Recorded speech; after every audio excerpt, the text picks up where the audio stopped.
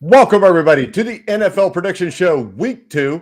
I am your host, Mike Goodpaster. Remember, we are brought to you by Betting.net, which is your top sportsbook comparison site. Betting.net offers extensive reviews on the best sportsbooks out there.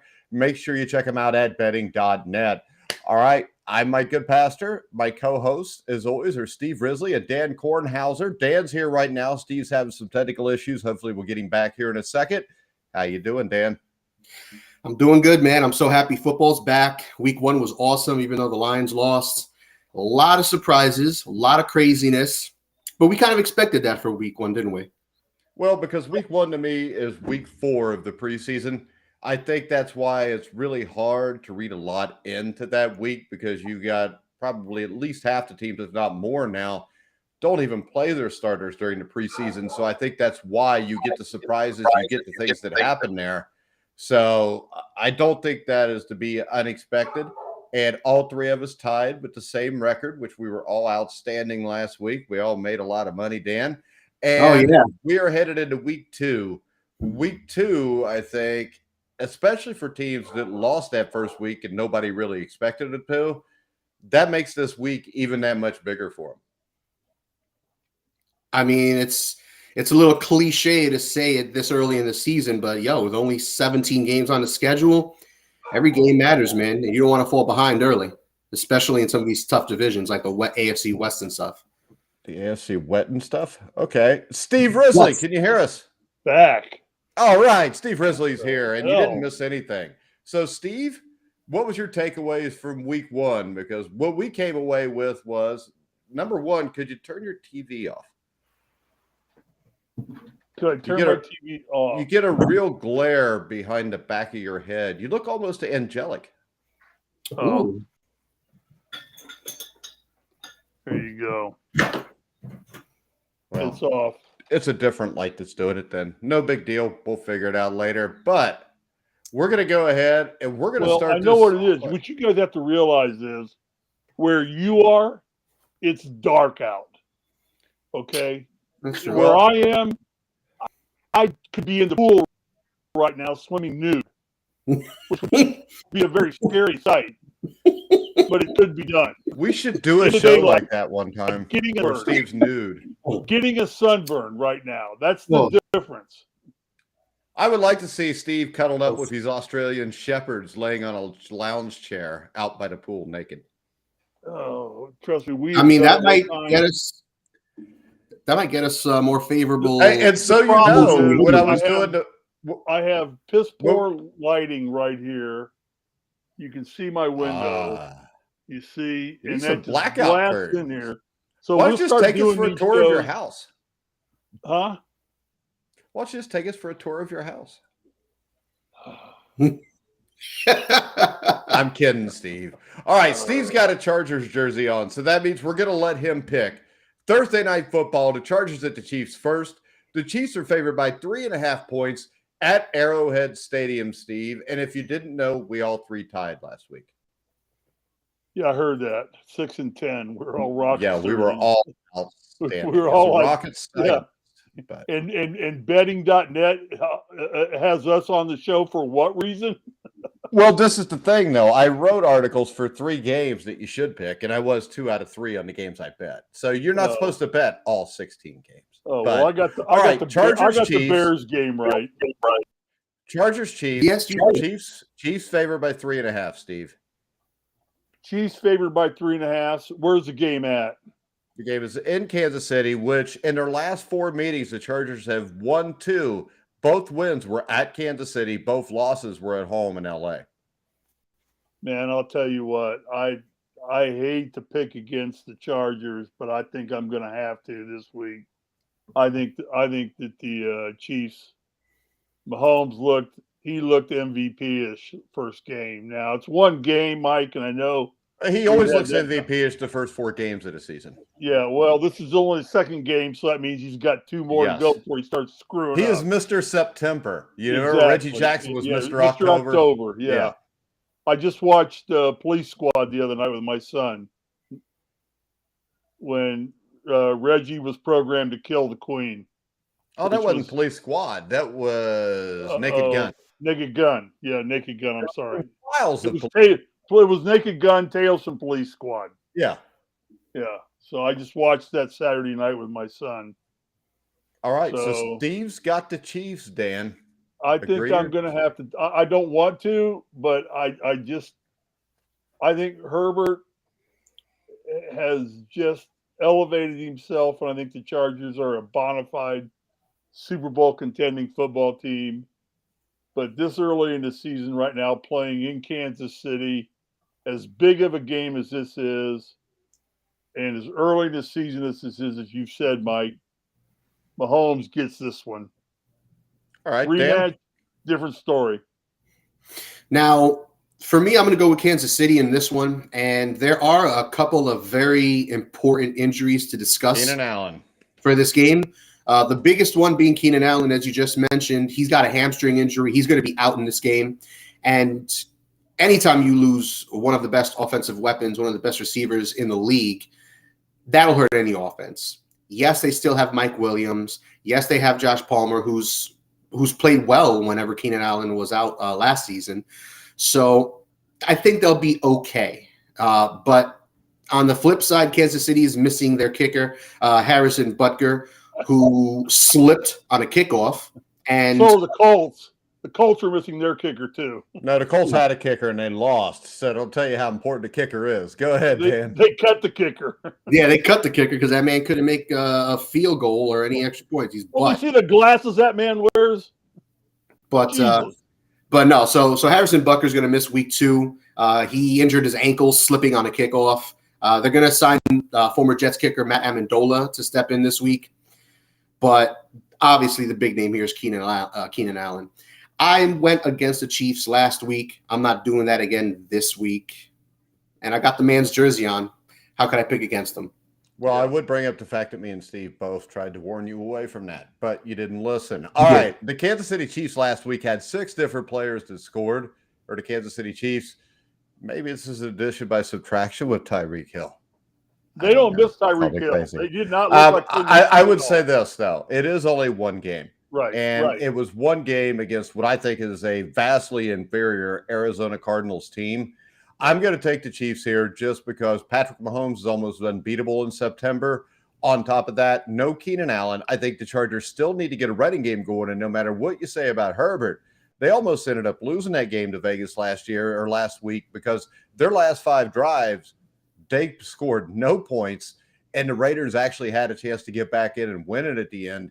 So I think you've got that also. So I'm going to go with the Kansas City Chiefs. I'm going to give it 3.5 points here.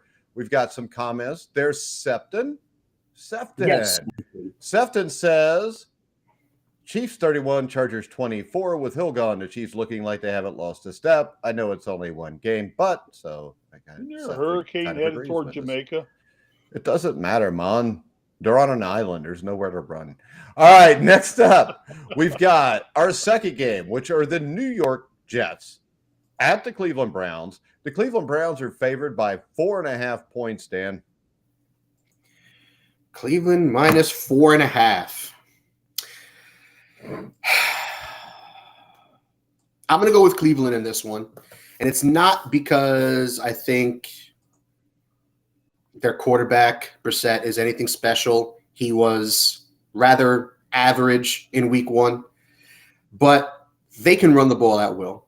And as much as I like the trajectory that the Jets are on, they had a great offseason. I do like Robert Saleh as their head coach. They do have a lot more talent this year than they did last year. The arrow's pointing up. Sauce Gardner shut it down last week, looked every bit that shutdown corner that every team wants and needs.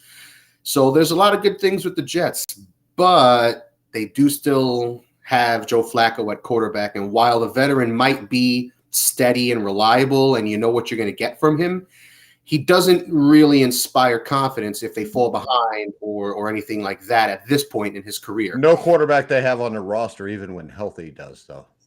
That's what I'm saying. So you can't be behind like that at the most important position, and you're already facing the backup in Cleveland. So in a game of backup quarterbacks, I like Cleveland's roster better. I expect Chubb to go in again. Kareem Hunt went in last week. I expect some more of that. I like this. 4.5 is just right. If it was a little higher, I'd maybe consider the Jets, but I like this 4.5 line. Yeah, Joe Flacco is 17-3 against the Browns' career as a starter, but that was with the Ravens. The Jets were 2 of 14 on third down against Baltimore. And I think what you're going to see here is a lot of Myles Garrett all over the quarterback, Joe Flacco. I think Nick Chubb and Kareem Hunt are too much. I'm going to take the Browns here also, Steve. Yeah, for every reason you said, I agree. And Jacoby Brisket did an adequate enough job. So, I mean, he would have been like going to Popeyes and getting barbecued brisket sandwiches on Labor Day. Why would you go to Popeyes and get a barbecued brisket sandwich? Exactly. Why would you have Jacoby Brisket as your quarterback? Why would you eat brisket from any place that's not a barbecue It's an analogy, place? Mike. All right. And analogy, if you take the OGY. All right. So next up, we've got Washington. That's some locker room humor. We've got the Washington Commanders at the Detroit Lions. Says Detroit is my second team. They're not really, because you can't have two teams, but I just like their colors. Washington at Detroit. I think Detroit showed a lot of heart last week. I think this is a huge game for Dan Campbell. Detroit is favored by 1.5. I think with the Commanders, they're the underdogs, just a small underdog. But Carson Wentz last week, 4 touchdown passes against the Jaguars. Don't even bring it up. Well, I could have told you he was better than Matt Ryan. But the Lions showed fight. I think this is a field goal game either way. I'm going to go with Dan Campbell to get a win. I'm going to go with Detroit. I'm going to take the 1.5, Steve.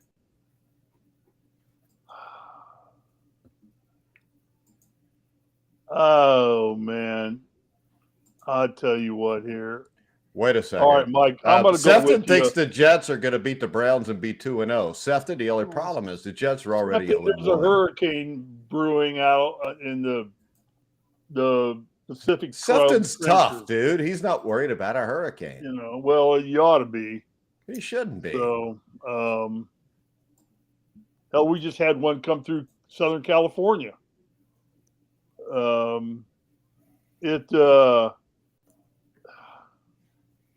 Man, I tell you, this is a toss-em game entirely. That's why it's a 1.5 spread. I know. I'm going to stick with Detroit one more week because I love Dan Campbell. Well, they won for us last week. They just got to cover the spread. Yeah, I'm going to go with Detroit one more week. I like Dan Campbell. I think his team's got heart. I think his team's going to end up winning football games. I think they've got some talent too, Steve. They have talent, and they're going to be in playoff contention by the end of the season, especially looking how that NFC North or whatever it is up there now is called. A mess. Yeah. It is a mess. It's an absolute mess. The Bears win. The Packers lose. Detroit's in the hunt. They're a good team.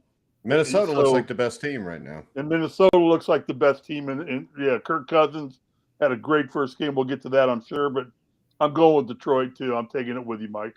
All right, Dan, your Detroit Lions hosting the Washington Commanders. I'm going to pick against Detroit for the second week in a row. And maybe it'll bite me in the ass. But, hey, you know what? If they win, maybe I'll be more confident in picking them moving forward. But Washington, despite playing close with Jacksonville for the most part and having to come back late for the win, I just think Washington is slightly better than Detroit. And, I mean, I was shocked Detroit put up 35 points last week. I was not expecting that at all. But they are dealing with a bunch of injuries this week. Swift didn't practice on today. Neither did Frank Ragnow, their center. Neither did Taylor Decker, their starting offensive tackle. So they're dealing with a few key offensive starters who didn't practice today and have been limited all week. Now, while I think they'll play, it is something to keep an eye on because let's be honest, even with all the injuries that Washington has along the defensive line, Chase Young is out for the first 5 games because he's on the physically unable to perform list.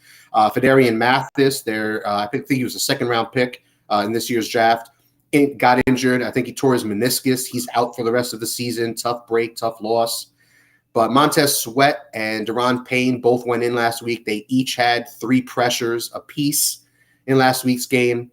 And they came back and they beat Jacksonville as they should have. They were the better team. And looking at these two teams, at least offensively, Washington's got more talent. And 1.5 Detroit favored. There's a reason Detroit hasn't been favored in over 24 games, straight games. You're going to say 24 years, but go ahead. It feels that way. Believe me, as a Lions fan, it feels that way. Even when they were making the playoffs, I felt like they were always the underdog. But them being favored, good for them. Well, Dan, I'm glad we have faith in your Lions. Next up, it's not that I have faith in the Lions. I just don't have a lot of faith in the Commanders. Their name's the Commanders. That's just stupid as hell. I'm just feeling Wentz is going to have a freaking MVP year. All right. If you think he is, you want to bet him to win the MVP, head over now and see for yourself. Betting.net makes it easy to find all the legal online casinos or sportsbooks in your state. Check them out at betting.net. All right, next up, Steve, we've got the Tampa Bay Buccaneers at the New Orleans Saints. The New Orleans Saints are getting 2.5 points. That means Tampa Bay is favored by 2.5.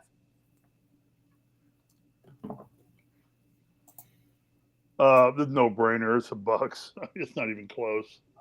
All right, I am going to take the Saints into 2.5 points. I think the Saints are 4-0 against Brady in a regular season since he joined Tampa. The Saints ran for 151 yards last week, and they ran the ball effectively. Yeah. And Mike, I think you're missing the key point. Jesus, I thought it was my turn to pick, but what is the key point, Steve? The key point is Brady doesn't have Giselle bugging him right now. She's out being pissed off because he's playing football again. Okay. So, what I saw was this. Last week, Tampa Bay had a hard time finishing in the red zone. Maybe that's why Giselle doesn't like Tom anymore. Maybe he's having a hard time when he gets to the red zone. But I think this will come down to the last possession, and Jameis Winston delivers the win. I think the Saints win 26-23, but I'm going to take the 2.5 points just in case. And I think the Saints can win this division. Dan? You know what? If every time I heard you say last season, don't ever bet against Brady in the clutch. Yeah. This ain't the clutch. We come down to the last drive, the last play, last series. Is this week 2, Dan? It's week 2. Okay. Doesn't matter. Okay. Well, whatever. All right. We made the call. We'll see. I got the Dino D'Amico says Winston will return to his true form, which last year I think was his true form. I mean, last year he was really good. He didn't throw a lot of picks. He did get hurt.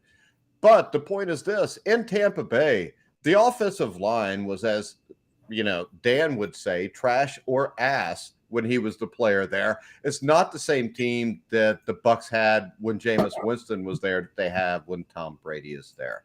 All right, Dan? I'm going to go with New Orleans as well, Mike. And for me, the big thing is Tampa Bay is dealing with very key injuries to Chris Godwin, who's going to be out with a hamstring for a few weeks, and offensive tackle Donovan Smith, who's got an elbow injury. Now, for now, Smith has been listed as questionable, but he did not practice today. Neither did Russell Gage, the other wide receiver, also with a hamstring injury. But I think Smith sits out this week. At the end of the game this past week, it was talk about Smith missing this week, period. He's listed questionable, but I think they're just being cute. I think he sits out, and they're already dealing with injuries along the offensive line. They are missing Ryan Jensen, the center they signed. He's been on IR with a knee injury from the preseason. I think he actually got hurt in training camp. But regardless, there's a lot going on there. And like you said, Mike, the Saints have beaten Tom Brady in the regular season. They own the Bucs in the regular season. For better or for worse, they own them. And I'm glad that you said you could see the Saints winning this division, because I've been talking the Saints up this whole offseason to my buddies, and they just, at least my buddy Greg. And Steve aren't your buddies because you never brought it up to us. Well, I was saving it for the air. I got to have the material for the air. Wait until they won a game, huh? And let's face it, they beat a bad Atlanta team, and they had to overcome a pretty big deficit to do it. So, but once again, week 1 doesn't. And Alvin Kamara wasn't quite Alvin Kamara last week. He did struggle in that one, and he's another one who's coming into this week with a questionable tag, but I expect him to play as well. I'm going to go New Orleans. All right, Dan. Panthers at the Giants. Giants minus 2.5. They upset the Tennessee Titans last week. Saquon Barkley looked like the Saquon Barkley of old. If he could stay healthy, this team could be a little bit dangerous, I think. What do you think here? I don't like this 2.5. I'm going to go with Carolina.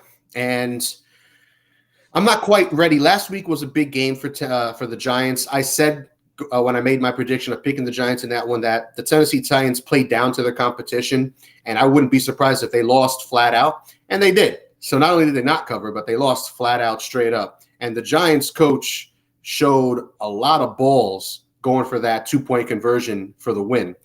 And I know my buddy Bob was talking about, when you're the less talented team and your team has been picking in the top 5, top 10 every year for the last 5, 6, 7 years, you kind of got to do those things at the end of the game. You go for that 2-pointer to try to take the lead and try to steal it away from a better team. So I don't agree with that. I think even if you think you're the better team, you go for the win because you don't know if you're ever going to get another chance to win it.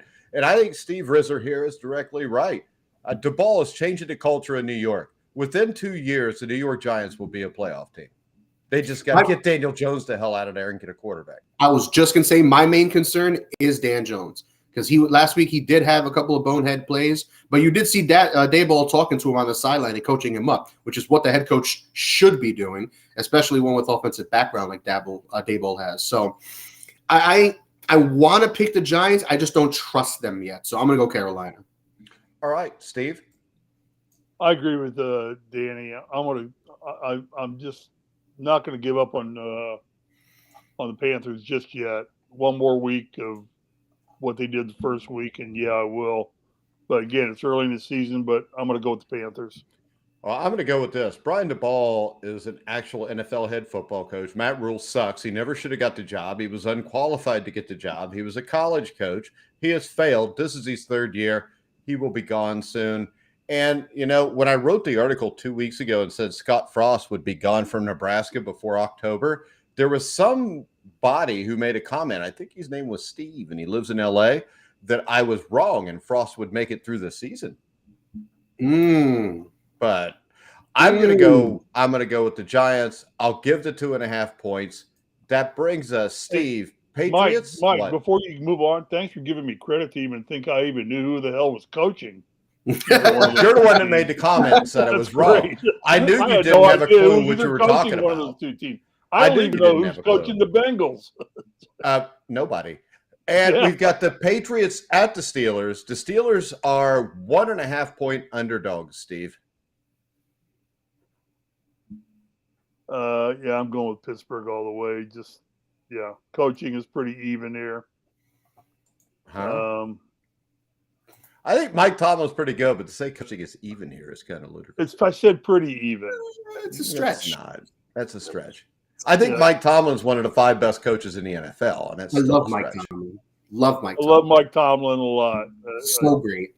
All right, so here's my question, Dan. I'm going with Pittsburgh. Is Mac Jones going to play? He was a full participant in practice on Wednesday, so normally that's a good sign that he's. To me, I would pick New England if Bailey Zappi was playing. But all right, now this is the issue in Pittsburgh, though. Najee Harris looks like he is out for anywhere from 2 to 6 weeks. Correct? He practiced. He was limited, but he practiced. He says he's going to play. We'll see, because the players always say that they're going to play and they want to play. Why would they say something else? But we'll see. That's very much on the border at this point. And the biggest thing here is the best player in football to me is T.J. Watt, and he is out. And T.J. Watt was one of the main reasons why the Steelers upset the Bengals. And with T.J. Watt not there, I don't know. I think this is a low-scoring game. The point spread's 1.5. Who'd you pick, Dan? I didn't pick yet. Who are you picking, Dan? I'm going to go with Pittsburgh in this one, even with Watt out. Alex Highsmith had 3 sacks last week. So say what you will about Watt, because Watt went in. No, Cam Hayward's a badass too, but T.J. Watt is the best player in football. Watt was a huge difference maker on a lot of different plays, and it wasn't always just getting sacks. He had pressures. He was the interception. He had the interception. Man went in. But the Steelers are not devoid of talent otherwise on defense. And I think their offense, if Najee Harris plays, they'll be fine. I don't think they'll be fine. I think this is going to be a 13-10 game, one way or the other. So ugly. It's gross. So who are you taking? I'll take the Steelers, I guess. but I could flip a coin. I could change my mind very easily, and it would not be a hard thing to do for that game. Nah, All right, next up, we got to let Steve go first. Steve, Colts at Jags. Jags are getting 4.5. You know, I was doing research on this game.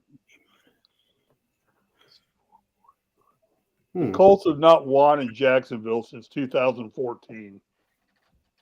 Wait, is that a real stat? Yeah, that's what I just. Yeah, it's true. It's a real stat. I didn't even know that. That sucks. They have not won in Jacksonville since 2014. The worst football team in the NFL since 2014, and the Colts have not won a game there. But I think Matt Ryan looked good, threw for over 300 yards. Of course, he took 50 passes to do it. JT ran hard for over 160 yards. I think offensively, the Colts were there. The offensive line performed adequately. Defensively, I think we showed us a significant amount of weakness in their defensive backfield. But I don't think Trevor Lawrence is up to the game yet. I think he's just not ready. He's just not panning out like we all thought he might. Or maybe, we all? Me. Mike definitely didn't think that. You and I did. Yeah. Maybe he looks too much like a lady for me. Let me speak for myself. So I'm going to take of course, Justin Herbert would have been Trevor Lawrence if he wouldn't have cut his hair. Yes. That's so awesome. I'm going with the Colts and giving up the 4.5. All right. I think Matt Ryan's a different breed of quarterback. And I think that offensive line stayed healthy. And JT found the holes and ran like still nobody's going to. Well, I'm going to tell you this. If the point spread was 3, I would go with the Colts. At 4.5, I'm going to go with the Jaguars. Early season game. The Colts always struggle there. So I'll take the 4.5. I think the Colts will win the game in a close game, but I'm going to take the 4.5 points to the Jags. What do you think, Dan? This is a tough one because the Colts should win this game, and it should be pretty straightforward. They're not dealing with any crazy injuries or anything like that. I mean, Alec Pierce has a concussion. But they have a really bad football coach. Yeah, they do. Hey, get this, Steve. You know what? I saw on Twitter today that your pal Bobby Sheridan actually made a comment on Sunday that Frank Reich should probably be fired. That would make me right last year, huh? Go ahead, Dan. I'm fine with that decision. I'd be happy with that. No, you were fine with it last year when I caught crap for it. But go ahead, Dan. But yeah, so Indianapolis should win this game, and they should be able to cover this. But I mean, if they can't win in Jacksonville since what was it, 2014? Yeah. I mean, as my dad would say, that means they're due, though. I mean, maybe, but I don't even know how that's even possible. The Jaguars suck. But I'm going to go with Jacksonville in this one. Trayvon Walker went in last week. He had a sack. I think he had a pick too, actually. And he was all over the field, played really well in coverage, surprisingly, because, I mean, he was pretty much an edge rusher only in limited snaps at Georgia. But his athletic ability was on display last week, even in a loss. He was very impressive. And the Jaguars' offense is going to come around. Trevor Lawrence is coming around slowly. But let's be honest, their top receiver is Christian Kirk. Yes, he had 100 yards receiving on 7 catches, but it's Christian Kirk, okay? You going to pick the game anytime soon? I'm going to go with Jacksonville in the upset. All right. We're running like 3 minutes behind Let me ask schedule. you a question about this game last week about the Houston and the Colts. Why does a coach sit there and play conservative football for 3/4 of a football game and then realize you're down 20-12 or 20 to whatever the Colts were down? I wonder, like 20-3 at one point. 20-3, yeah. And then decide to start playing smash mouth football and start kicking ass. What the hell is wrong with Frank Reich and his thought process there? Why don't you come out firing the ball and saying, like Mahomes does, I'm going to throw it down your throat right off the get-go and stop me. And there's a lot of other players. I mean, Rodgers plays that way. Go ahead, Dan. Anybody answer that question because we play let me take this real quick. Yeah. The reason is because you don't have Mahomes.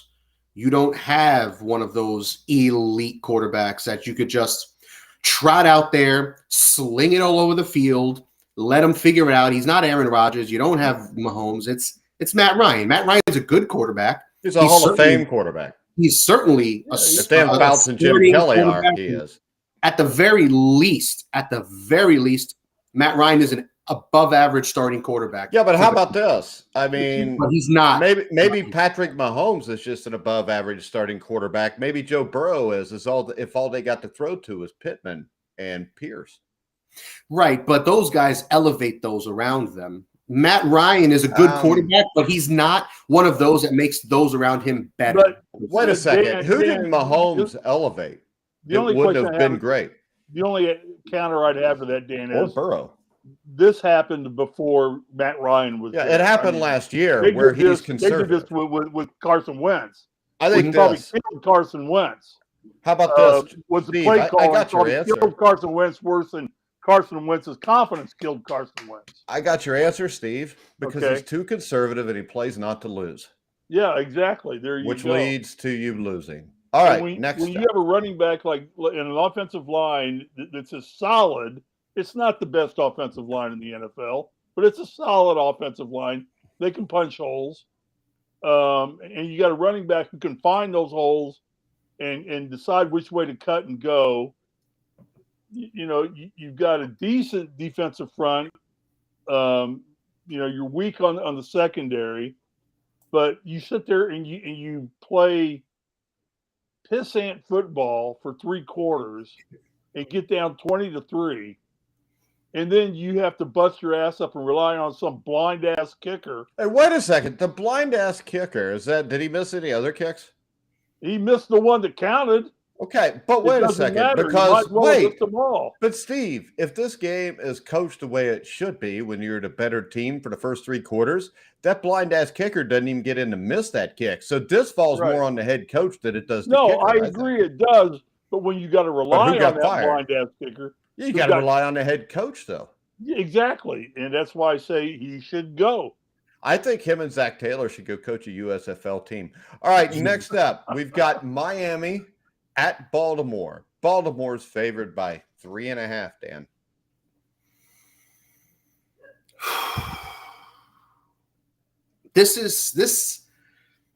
I hate this game because you don't really know how good either team is. You think they both could be really good. Mm-hmm. At worst, they're both probably average. So, I mean, these teams, I think this is a fairly even matchup. And surprisingly, neither team can really run the ball. I mean, I know Baltimore's going to want to try, but last week they won because Lamar Jackson threw 3 touchdown passes, and they were playing the Jets. And Steve threw 2 touchdown passes against the Jets a couple of weeks ago. So this and also I am a fan of Lamar Jackson, and I've defended him on this show in the past. There's no reason to defend him on this show because once again, it's the offensive coordinator and the lack of giving him weapons. I have never said he was not a good quarterback. I just said that they don't give him the best chance to be as good as he can be. And we know Lamar Jackson's playoff issues have been well documented, especially on this show. But I'm going to go with Miami. I'm going to go with Miami in this one. I think Baltimore ends up winning, but I think it's going to be close. And Miami's head coach, as Tyreek Hill said in his post-game interview, showed some cojones late in that game last week. And I'm thinking some more of that this week. So I don't know if Miami's going to win, but 3.5, not a fan. Yeah, I'm going with Miami also. I think it'll be a close game. If you put this at 2.5, I might take Baltimore, but at 3.5, I'm going to go with Miami. Steve, agree or disagree? I disagree. Lamar Thompson looked awful good. I hope you meant to do that time. I don't think he did, but I think he plays it off like he did. So I think he thinks everybody's name is Brisket or Thompson. I love it. It's Brisket, Thompson, or Jones or Smith. You can't go wrong. All right, so you like Baltimore here? Yeah, I think Baltimore playing at home. Jackson looked good. I mean, he hung in the pocket. He was a pocket passer. He did not try and overthink it and try and run out of the pocket. That man's got an arm. I'll tell you what. He's got an arm, and he's connecting right now. So early in the season, while that arm is strong, ride that sucker, because that thing's going to wear out eventually. Trying to throw the ball 55 yards every time, all season long, it's eventually going to get tired. But right now, Miami, Tupa Popa. Just call him Tua. Tua. That's what I do. Tua Tagovailoa is still kind of a little uncertain. I think he's got high potential, and he's definitely getting better and better and better, but he's not proven yet. So to sit there thinking that I'm going to rely on him to win a game like this going to Baltimore in what could be crappy weather. We don't know what the weather's going to be like on the East Coast. It's been a mess up there. That doesn't really matter that much because it faces both teams, but Lamar Jackson looks strong. I mean, I just thought the highlights I saw of him, that dude, he's MVP material right now. Oh my God, it's been after one week. I know, Mike. He played the Jets. It's like, yeah, but still, it doesn't matter. He played the Jets. The guy was tagging on 55-yard touchdown passes. Okay, yeah, against I don't the care Jets. Who the hell you're playing. I don't care if they're playing. It does matter. The landmark Eagles. If you're doing that against the landmark Eagles, he wouldn't do that against us. And nailing 55-yard touchdown passes, that's still damn good. Okay? And you know what? Before we move on from this game, because now that we're all done, I just wanted to throw this out there. Mike, I have had to defend Lamar Jackson on this show because I remember your blasphemy from last season of saying how you thought they should just start Tyler Huntley and trade Lamar Jackson. They should, because that is the thing. That is the thing that would save Lamar Jackson's career. If you send him someplace where they would give him wide receivers and an offensive coordinator, it would be the best thing to ever happen to him. So I just want to. Is that really blasphemy to say that I would like to see him in a better situation where they let him use his arm? Well, when you put it that way, it sounds a lot better. But I put it that way last year too. No, I said that they would be better off just going with Huntley, because if you're not going to get wide receivers, why do you need somebody that can throw? That's a damn good. That's my point. All right, next up, the Atlanta Falcons at the Los Angeles Rams. I'll start off here. I'm going to go ahead. I'm going to take the Falcons into points. I think this is way too many points. The Rams will probably win the game, but there's no option. I mean, right now, I know I was made fun of last week because I talked about Matthew Stafford's elbow injury, which I was told wasn't true by somebody on the show. I also said that losing Odell Beckham was a big deal. I also said that losing Von Miller was a very big deal. And I think we saw that. This Rams team is not that good. I'm taking the Falcons into points, 10.5. Oh. And also, find the best place to bet for you. Betting.net offers expert user reviews for every online sportsbook and casino in your state. Check them out at betting.net. Steve, tag your I gotta go with Atlanta at 10.5. Yeah. So do you think maybe there's something wrong with Matt Stafford's elbow? I think there's something wrong with the Rams. I think Matt Stafford's elbow, Von Miller. I think it's post Super Bowl, letdown. Losing Von Miller was huge. We saw that last week. The defense looked very mediocre. They didn't do anything really special in the game. And I definitely think the Rams are going to win this game, but I don't think they're going to cover 10.5. Yeah, I don't even know if they'll win this game. Go ahead, Dan. Yeah. I don't know what I'm hearing. Something wrong with the Rams. They're not even. There's obviously something wrong. They're not that good. Something wrong with Stafford. Nah, man, cut that. They're not the same team as last year. All of that. Cut all of that out. You took away the number 2 receiver and the best defensive player on the team, who was also the leader of the team. You were also going against the best team in the NFL. Sure, and the likely MVP winner if he stays healthy. Sure, what do you want him to do? Okay, not get beat 31-10, not be able. They still don't have a running game. Hold on. What What happened when the Bills lost early last season? It ended up costing them a chance to go to the Super Bowl. No. Wait a second. Damn. Okay, wait a second. They finished a game behind the Chiefs. If the Bills would have beaten the Pittsburgh Steelers in week 1, they would have hosted the Chiefs. So, yeah, it didn't hurt them at all, right? Happy Dan, you dumbass. No, I'm not worried about that at all. Okay, you gotta call a dumbass before I did. Who's at home and away doesn't matter, right? The and it's in the NFL, not that much. It's really not that big of a swing when you're talking about the best of the best. Wait a second. You're talking about the Buffalo Bills in Buffalo, as opposed to Kansas City and Kansas City. Buffalo, the weather, it may snow 6 inches. The game was at SoFi. What are you talking about, Steve? Last week. We're not talking about last week, Steve. Oh, okay. Keep up. But I'm not buying any of this Rams. Yeah, I know. They got no running game. They got no wide receivers outside of Cooper Kupp. Not one of the three of us thinks the Rams aren't going to win this game. I do not believe so. Okay. I just think don't think they're going to cover 10.5. I'm going to take the Rams on this 10.5.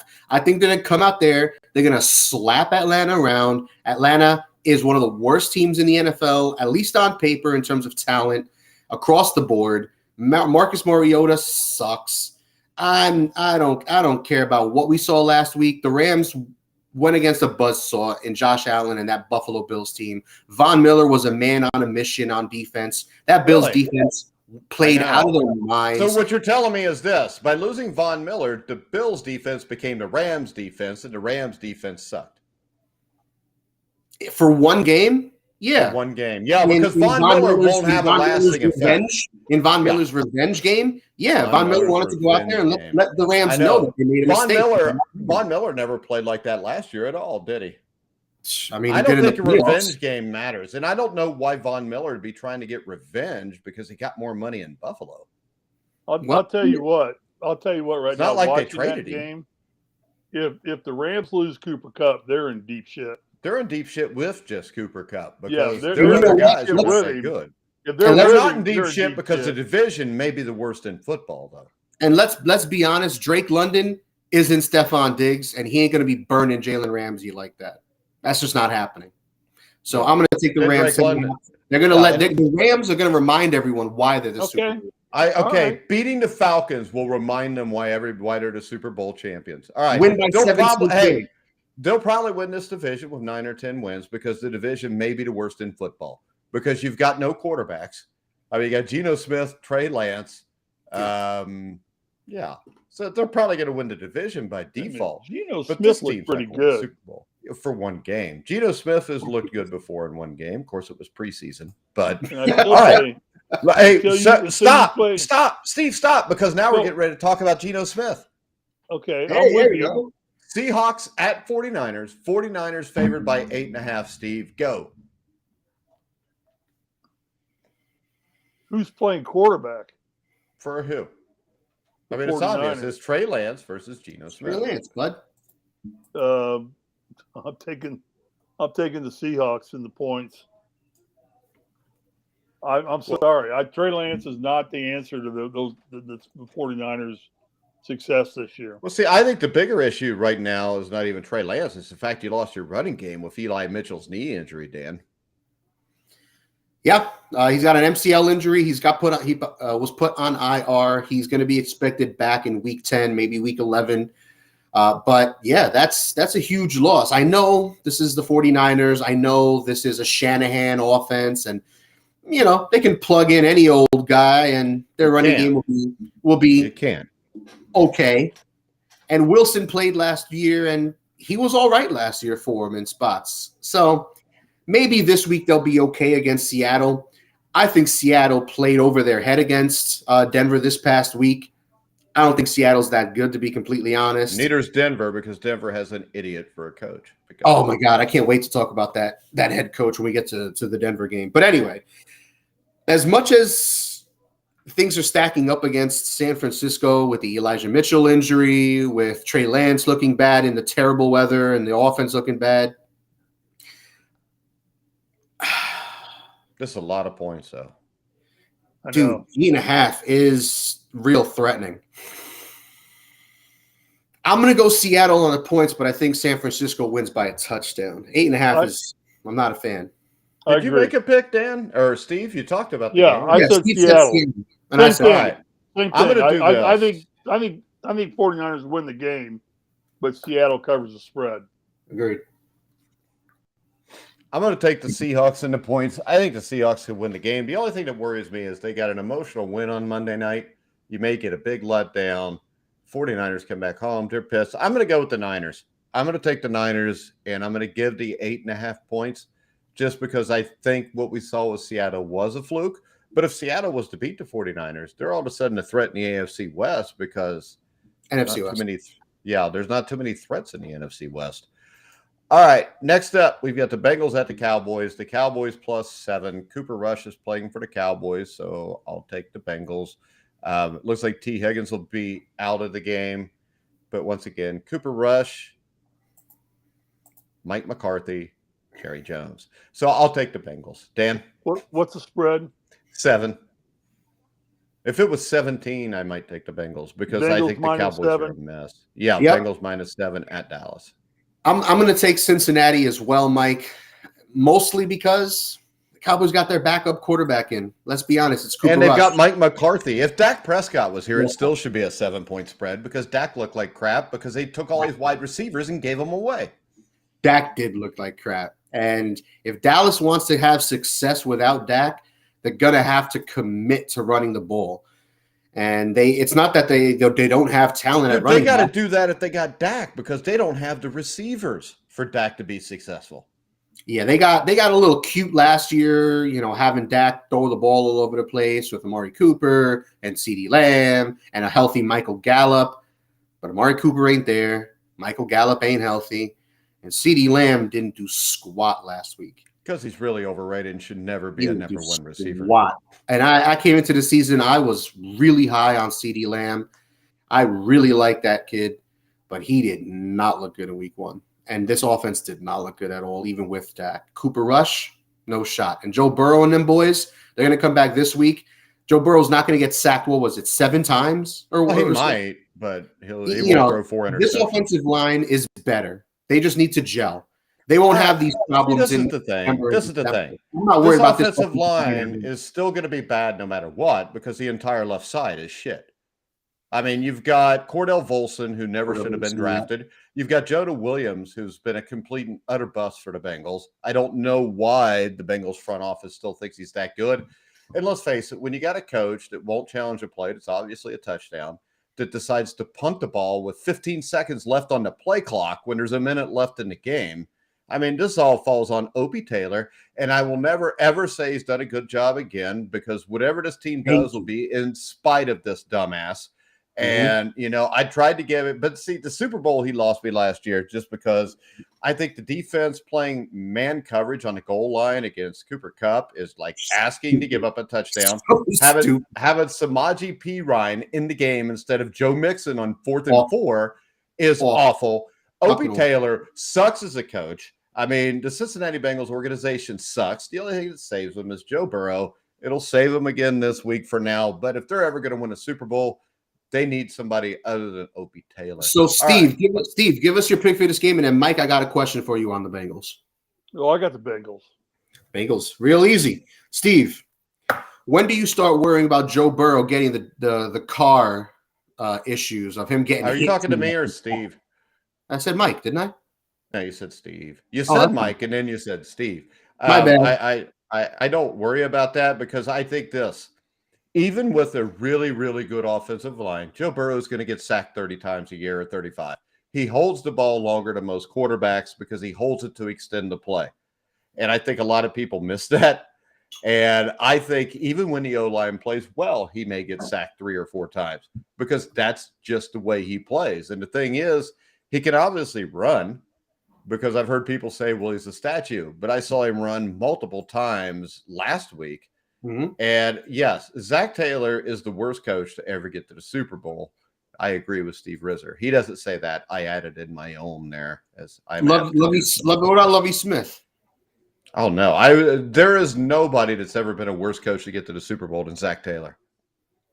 All right. I like it. Moving on. And you know what? Luckily for him, Sean McVay may be the second worst, but McVay got to play Taylor in the Super Bowl. And that's why I don't like the Rams. I do not like the fact I'm fine with your quarterback and your wide receivers and your running backs not playing in the preseason. The offensive line is one place where you have to have some cohesiveness. If you do not play your offensive line the entire preseason, then he comes out on the first series and goes 5 wide. No running back to help. We're going 5 wide with 5 offensive linemen who have never played a single down in a real football game together. That is absolutely asinine. It's stupid. And I mean, still, once again, the Bengals only have 6 paid scouts. An average NFL team has 30. 6. They have 8 altogether. You got 2 part-time. But most teams have 30 to 45. Yeah. Now, I think it's not that hard to pick Joe Burrow or Jamar Chase or T. Higgins. It is hard to go pick offensive linemen in the 2nd, 3rd, 4th, even in the 1st round with the Bengals. If you look at it, Billy Price, Cedric Ogbuehi. I mean, I could go on forever. Michael Jordan. I think that Mike Brown probably thought that was the Michael Jordan, and he thought maybe he's got a year left in him. But, I mean, when you look at it, they have just screwed the pooch here, and they need offensive linemen. They went out, and they got 3 good ones. My problem with Leo Collins is this. Number one, he's going to get his ass whipped because he's going against TJ Watt. But Leo Collins, to me, when you watch him in Dallas, was better as a guard. He's a guard. His feet are not great. His hand placement is not great. Jonah Williams' hand placement is absolutely horrible. Jonah Williams, when he hits somebody, his hand placement will be on the outsides of their shoulder pads. Your hand placement has got to be in the frame of the body. So the same thing with Cordell Volson. So they all suck. I don't think we have to worry about Burrow getting gun shy. We got to worry about Burrow getting hurt. That is the big thing to me. Because I think guys like him, I mean, great quarterbacks usually don't get gun shy all of a sudden. I don't think Patrick Mahomes is all of a sudden going to become gun shy if he gets hit a bunch or, none of these guys.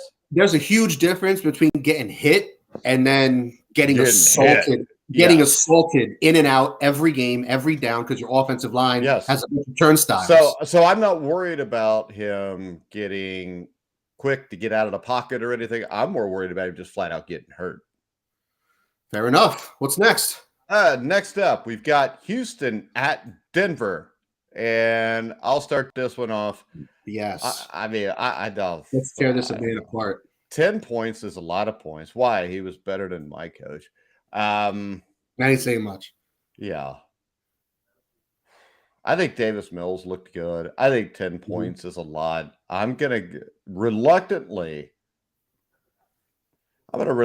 take the Broncos and give the 10 points. I mean, it's sick and it's ugly, Steve. What do you think? It's gross. I agree. I'm going to reluctantly do it too. I'm going to use the fact that they're playing in Mile High Stadium. Yeah. Unfortunately, we're thinking of the 1970s. Go ahead, Dan. Or the 80s. I just want to say before I make my pick, Nathaniel Hackett got to get his shit together. That week 1 game, I know it's your first time as a head coach. I get that. There's a lot of new things and new responsibilities. But don't pay Russell Wilson if you're not going to put the game in his hands. There's a lot of new responsibilities that come with being a head coach from being the offensive coordinator. I get all of that. But, dude, the game, the clock management was awful. I mean, I don't know what they were thinking at the end of that game. You got 3 timeouts. The clock is ticking. Call one of those timeouts. You've got, 45 seconds left or something like that? You call one of those timeouts. You call a play. You go to the line. You see what the defense comes out in. You don't like what the defense looks like. You've got 2 more timeouts. Call another timeout. And then you still have 1 left, and you still got 40, 50 seconds left on the clock. Instead, they ran a play. The clock is ticking. They don't call a timeout. They don't hike the ball. They don't do shit. The clock's just ticking. Nothing happens. And then they call a timeout with, I think it was 20 seconds left. Unexcusable rookie mistake. And then you call a kick, a 64-yard kick with a kicker who's never made a field goal beyond 60 yards. Yes, Brandon McManus has a big leg. Yes, he could send it soaring that far. But I think he was like 0 for 4 or 0 for 5 going into the game on 60-yard kicks. It made no sense. Fourth and it's 5. not like he's got Justin Tucker or McPherson kicking the damn thing. No, 4th and 5, you have whatever $100 million guaranteed quarterback you just traded multiple first-round picks for, and you thought this was the last piece you needed to compete for a Super Bowl, and you take the ball out of his hands. It makes no sense at all. He made mistakes. The head coach made mistakes the whole game, just all sorts of issues. That guy sucks. I'm so disgusted with Hackett. I'm just going to pick the Texans. Do you know why he's got the job, though? Why? Well, he's the son of former NFL coach Bill Hackett. Paul Hackett, whatever. Yeah, so it's nepotism as always, which is I remember when when Hackett was the offensive coordinator for the Jets when they had Chad Pennington, and I still remember to this day. I'm pretty sure I was still in high school when Hackett was the offensive coordinator, and I remember riding to school on the bus with my headphones on my cassette player, listening to the AM radio and ESPN radio, and WFAN was still on AM radio. Yes, I'm dating myself. I guess I'm getting old, but me and Steve were in our 50s then. Go ahead. I remember hearing all the Jets fans, oh man, why is it's 4th and 6 and Hackett keeps calling 5-yard slants? And that's what he was known for, or 4-yard out on 3rd and 5, pissing everybody off. Terrible play calling, just holding the offense back. And if his son does the same thing, yuck.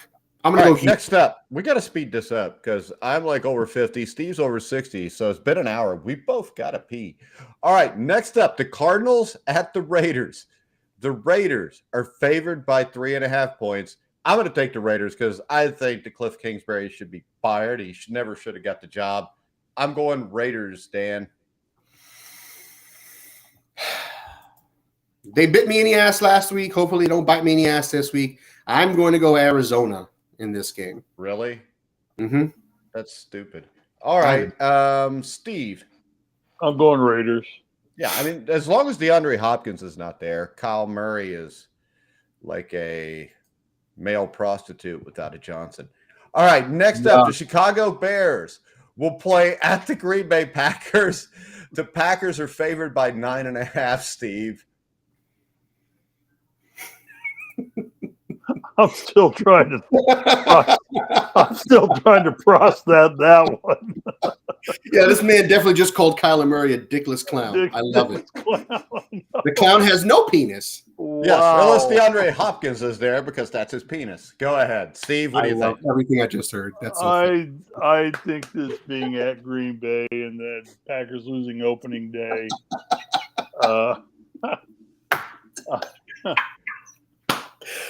I can't even think now. That was classic. See, if you watch this show, you won't get that shit on ESPN. I'm trying to think of Kyler Murray in the shower with the rest of his teammates right now. Dude, don't think about that. He's a eunuch without DeAndre Hopkins. Now hold on. Steve, does the missus know you think about football players in the shower? Yeah, she knows. He tells her about it when they do it. Dan, have you ever seen movies about gladiators? Have you ever been in a Turkish prison? Bavarian bathhouse? Have you ever watched Airplane, Dan? Ethiopia sex dungeon? Gross. I'm tired of hearing that. The Airplane. You tried dragging Walton Lanier up and down the course. Yeah. for 48 minutes a game. Bears Packers. We all agree. Packers. What's our clearance, Clarence? Roger. What's our Victor? Are we all going Packers? Packers. I'm going with Packers. Let's do it. Me too. Next up, Titans at Bills. Bills are favored by 9.5, Dan. This game could have been 15. Still take Buffalo. If it was 15, I would take the Titans. Steve, what do you think? Tennessee's offense sucks. Yeah, but if Derrick Henry runs 20 times for 250 yards, they got a shot. I don't think he's going to against. No, I don't either. Yeah, so I'm taking the Bills in this one. Yeah. All right, last game of the week. I think this is the most interesting game of the week. The Minnesota Vikings at the Philadelphia Eagles. The Eagles are favored by 2. The game's in Philly, Dan.